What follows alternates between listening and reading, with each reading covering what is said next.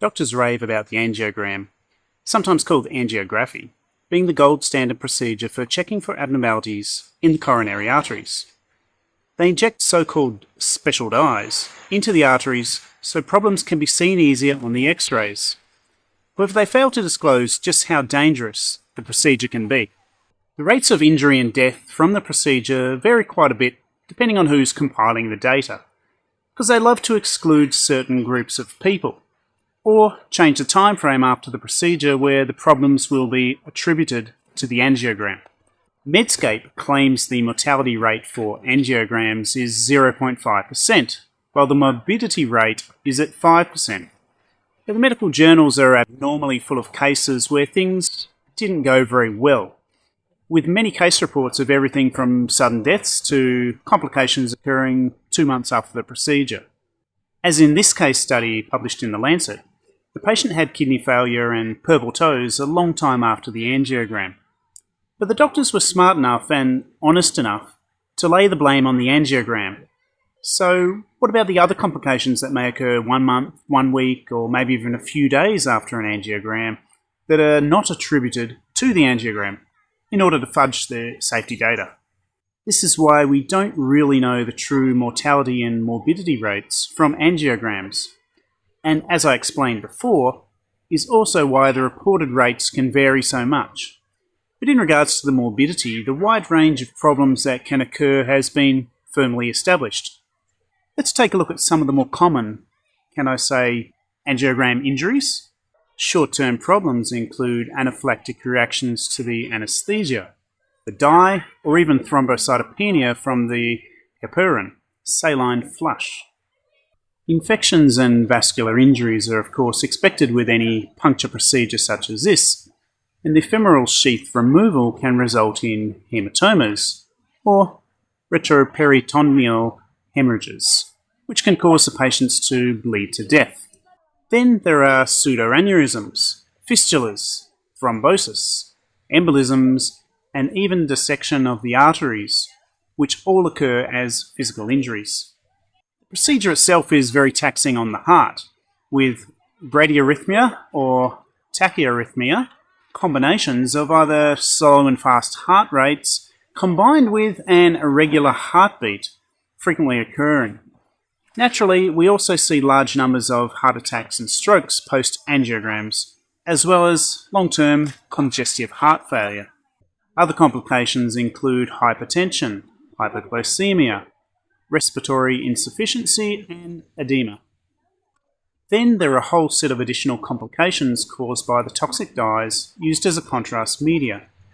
One well-studied injury is contrast-induced nephropathy, otherwise known as CIN, which is basically a fancy way to say that the kidney function has been destroyed.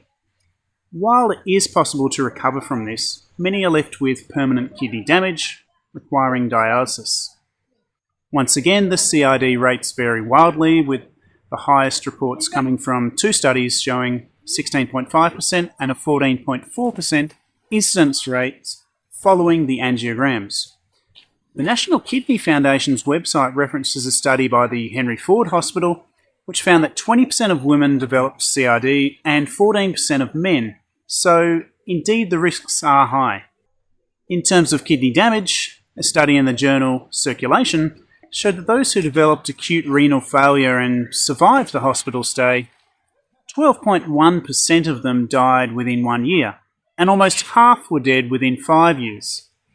Another study in the American Journal of Medicine showed that for those who developed acute renal failure and also required dialysis, the in-hospital mortality rate was 35.7%, and the 2-year survival rate was just 18.8%. CID was also mentioned in a study titled Side Effects of Radiographic Contrast Media, published in the journal Biomed Research International. But they also mention a range of functional derangements of the thyroid gland. This is to be expected since the dyes are iodine-based, which is strongly linked to thyroid function.